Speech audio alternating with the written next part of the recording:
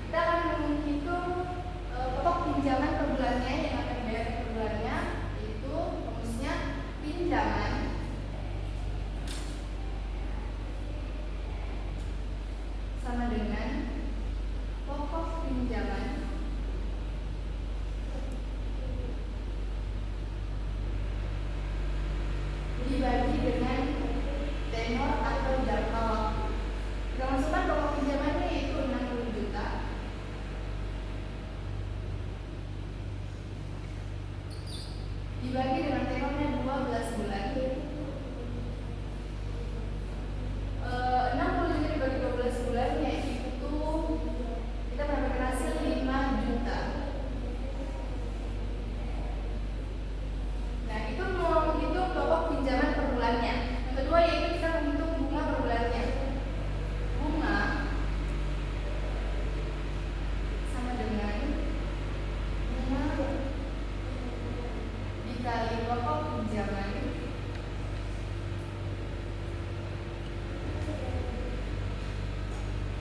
dibagi tenor. Bunganya itu 24% atau 0,24 setelah dibagikan 100. Lagi 100. Jadi bunganya 24% dikali pokok pinjamannya 60 juta dibagi tenornya 12 bulan. Yaitu hasilnya 24 bulan. Kita mendapatkan hasil 1.200.000. Ini cara menghitung dengan metode flat rate, itu pinjamannya 5 juta per bulannya dan juga bunganya 1.200.000 per bulannya. Nah, itu setiap bulan sampai lunas itu akan tetap sama. Jadi setiap bulannya itu 6 juta 200 itu 5 juta ditambah 7.200. Nah, selanjutnya kita ke metode sliding rate. Kita misalkan sama dengan ini atau pinjamannya 60 juta, bunganya 24% dan tenornya 12 bulan.